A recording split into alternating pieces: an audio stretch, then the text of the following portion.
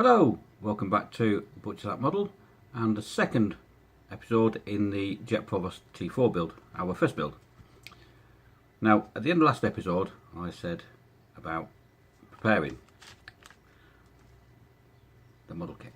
So, we talked about primers. This is the stuff I use. Okay, it's good stuff. It stinks. You don't need to use primer. Okay, it's good and it gives you finish better, it's a better quality finish. You don't need to do it if you don't want to. Okay, it costs about $5.99 a can. Now if you can't afford to do that, there's an alternative. Now let's talk about the chemistry of this stuff and what it actually does. A primer is your first coat you put down. It's like a grip. It gives your paint that you're putting on something to grip to. Now the way this works is this has a thing called acetane inside it, and it's a hot primer. So what it does is it actually melts itself to a certain degree into the plastic. Okay, and it forms a really strong bond. It's very rough texture on a microscopic level, so it gives your next coat of paint something to grip to. Okay, so it's good stuff and it gives you a better finish later on down the line. But you don't need to use it, and I'm going to show you how you can avoid not using it. Now I'm going to build this kit as cheaply as we possibly can. Okay, so this is good stuff, and if you can afford to get it, get it. If you can't afford to, don't panic. Right. Put that back down there out of the way. So what do we need to do if we're not going to use a primer? It's actually a good thing to do even if you're going to use a primer, because do you remember when I told you about how this stuff is made? Where you've got injection moulding, you've got the two halves of the metal mould together. They also have a thing called the release agent, which is like an oil, so that when it opens and it drops out in one piece. It's easy. It's a release agent. Okay. Sometimes you get a residue left on, and when you come to paint, it'll ruin your paintwork. It'll sort of like bead up, and it's a nightmare. So it's always good practice, and a lot of people don't bother doing it anymore because some of the new tool stuff, they're cleaned at source, but you don't know that. You may have bought an older kit from the 1970s or 1980s that's been sat on a shop shelf for years. It will still have the release agent on it, so you need to clean it off. And the way to do that, and the way to get away with not using primer, is let's assume you've gone downstairs and you're at the kitchen sink. I've just got a bucket. Anyway, this is where it could go all the way wrong. What you do is you get ordinary washing liquid, put a bit in your bucket, and the secret ingredient, vinegar. Put a bit of vinegar in it. Give it a good old swirl around. Nice and bubbly. And then as you get your kit, make sure it's warm water, not hot water, because if it's hot water you could actually warp your plastic, because it's plastic and heat is effective. So drop your parts in, and you could just give them a good old swill around.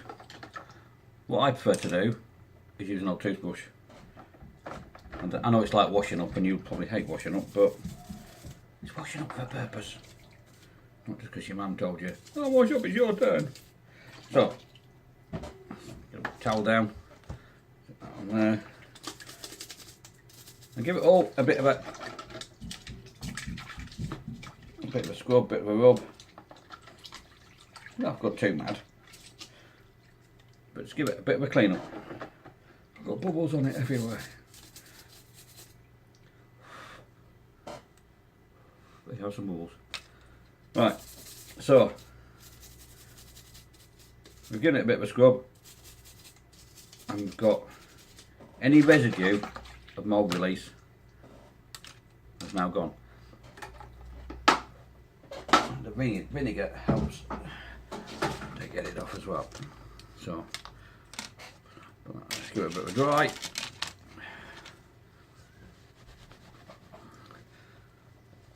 It's probably the boring bit, sorry.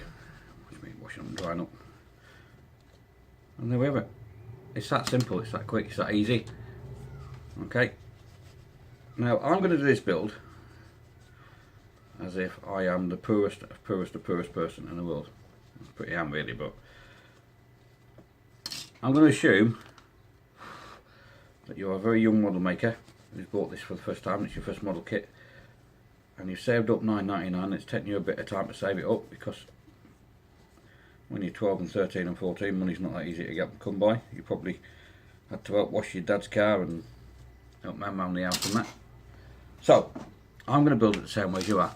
Now, because we haven't spent the money on the primer, what you might like to buy to make the job a lot easier down the line for everybody as well, actually, is something like this. Now, because you're going to be bush painting, you haven't got an airbrush. When you're painting large areas, you need a large size brush. Now, the brush that comes with the kit is fine. You can use it. You'd be more prone to get brush marks with a smaller brush. So the larger the brush, when you go into places, have a look in places like the Works or Hobby Zone, okay, and try and get a brush. But make sure on the package it says it's for the right type of paint. You don't want it for oil paint, and you don't want it for watercolours. You want it where it says acrylic on the packet. Then you know you've got the right type of brush. As long as it says acrylic, you'll be fine. But get something that's about that size for this kit, because we are going to be brush painting it. And the bigger the brush, the less strokes you have to do, the less chance you have of getting brush marks. We'll go into all the painting and all that later on when we get to that stage, and I'll show you the easiest and the best way of brush painting. Okay, so what we're up to now, we're still on the clean-up stage. So let's have a look. We know the first part that we're going to need is the interior of the cockpit. Okay, so we want to do clean-up on that. So we want part number A08. So this is sprue A. Now you'll have a tab somewhat on your sprue that'll have a lot of bar for it, and it'll have a letter, and this one says A, so this is sprue A, and part number A8, you'll see somewhere around there it will say 8, and that's part A8. So we want to take that off, don't we? So the way we take things off a sprue, we don't just hack at it. What you want to do is, see how close I can get this close enough to you. Yeah. You want to go in there, but you want to leave a bit of plastic. You don't want to go right up to the part, because what you could do is you could damage the actual plastic bit. You could leave a little white line called a stress mark, and we don't want that because it's a nightmare to get rid of. So clip it off, leave a little bit of a nub, clip it off, and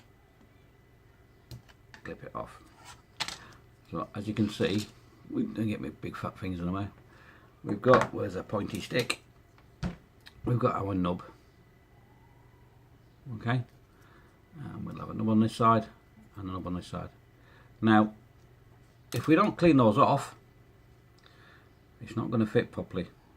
Okay, and you're going to have problems. So we need to clean it off. We clean it off with sanding sticks. Now, I've got all singing, all dancing model ones. I've also got what you're probably going to have, which is from the pound shops, the nail files. Oh, I got funny. We thought, where's my drink of juice? Oh, I'm dying. Oh, that's better. Right. And I've also got these. These are just ordinary standard emery boards, which is probably what you're going to have to start with. So let's have a look. Let's get in there and give it a good old. Out of the way. Give it a bit of a clean up.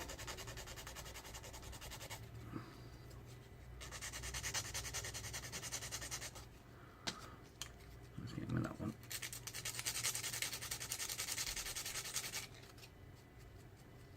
There we go, and that one.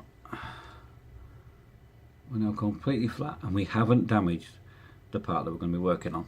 Okay, so let's get rid of the other three, or the two, sorry. All them to count one day.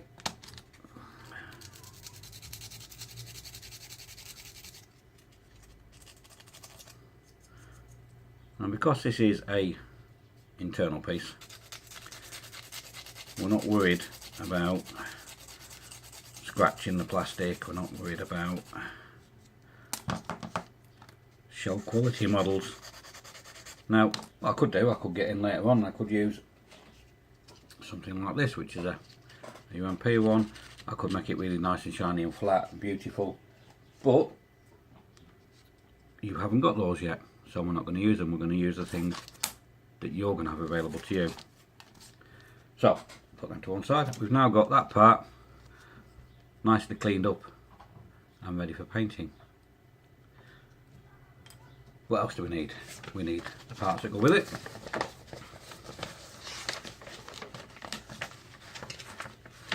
And the parts that go with it are B15, so that's on a B sprue, and that's that part there, which is the bit that the instrument panel fastens to when you part to either side of that central column. So we need that off. Now, if you look at the size of that, it's not a big part. Neither are that part and that part, which are the two control yokes. They're tiny. Now, you can paint these on the sprue, tiny little bits like that. There's two ways of doing it. Either paint it on the sprue, or you take it off and you somehow hold it still with your painting. It's easier to paint tiny little bits like that on the sprue, okay, especially bits that are going in like cockpits and things like that. You're hardly going to see, so it doesn't matter if you leave a tiny little bit that isn't painted. That one doesn't matter because it's going to be underneath. That's going to be at the side. Okay, you touch that up later. There's nothing to stop you just touching it up with a tiny bit of the right colour. So always paint the tiny bits on the sprue. It's the easiest way of doing it. The other way of doing it is to get hold of something like a kebab stick, or if you haven't got kebab sticks, you could use an old pencil and some blue tack. Well, not big lumpy blue tack.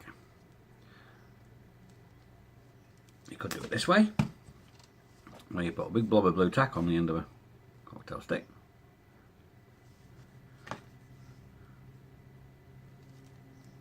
Stick your part on it. Now, it doesn't matter about the underneath, because you're never ever going to see that. That's going to be inside the aircraft underneath in the fuselage. You can't see the back of it. You're only going to be able to see the front and some of the side of it. So don't worry about putting a blob of blue tack on the bottom of it. Now, what would you do with that? You could stick it in another blob of blue tack on your table. Like that. You can't actually see that, can you? Like that. Or you could stick it in a cork. If your parents drink lots of wine, you might have some cork. I'm not a big wine lover, I hardly have any corks. I'm not a wine drinker. I do prefer my rum. A bit naughty, but there you go. You could physically stick it in there. Or you could scratch build something. Or if you're very lucky and you've bought furniture from IKEA, you may have one over there. I'm so organised there.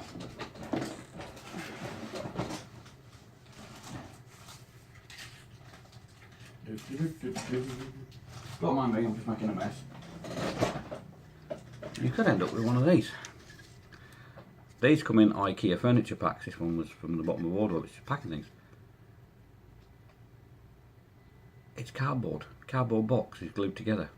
You can make these quite easily, and all you need to do is get yourself something like a tissue box and some old cardboard boxes, and then cut the cardboard box into the length of the tissue box and the same height, and then stack them all in it.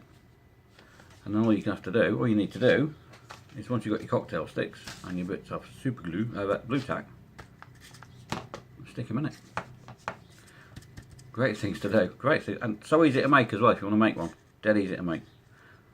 Should we do a video on that later on making things that are handy? We might do that later. But if you can get hold of something like that, it's great. Later on, what you might like to invest in is electric crocodile clips. I think these are 5-amp ones, 5-amp crocodile clips. They're great for sticking on the end of kebab sticks and then holding parts. That's parts for a Gundam. I mentioned the word Gundam, Terry. The Gundam I'm working on. Dead easy to have. But if you can't do it, if you haven't got it, just on a kebab stick and just stick it in some blue tack on your desk, and it's perfect, and it'll stay there to dry and everything. So let's get the parts off and carry on with the build. We're going to do these on the. We're going to leave these 3 parts on the sprue and paint them. And I think we'll leave the painting for another episode. Let's go back into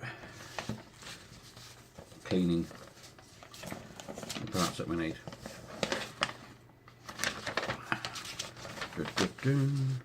Right, we're going to paint those on the sprue, so we're going to leave them. Go on to the next stage and get that ready, which is A9, which is the rear bulkhead or the firewall. Okay, so we can get that off and we can get that on a stick and ready for painting. So remember what we said, when you're taking things off the sprue, don't go too close to it, leave a bit of the plastic on there.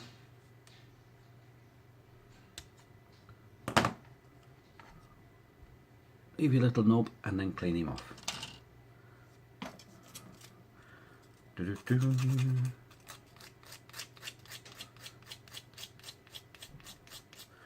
Now the thing you have to be careful with these is they don't bend very well, they're very straight, whereas with one of the ones with the foam in the middle you can actually conform it and it'll go to the shape. You've got less chance of damaging your part. So please be very careful, don't go too mad when you're doing the sanding stage if you're just using the cheapest alternative, which is an emery board.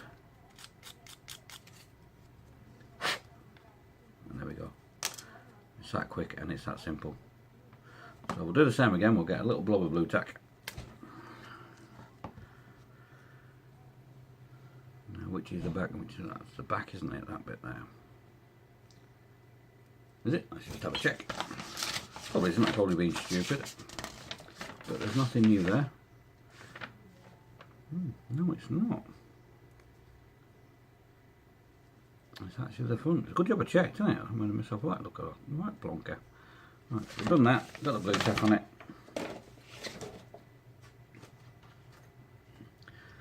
I'll stick it on my stick. And don't forget, if you haven't got these sticks, just use old pencils. Doesn't matter. It'll still stick in your blue tack. There we go, and they're ready for painting. But painting is going to be our next episode, which will be episode 3. So what I'll do is I shall carry on and get these parts off and ready for painting. And I'll see you in episode 3. Well, don't watch me. Go and start building it.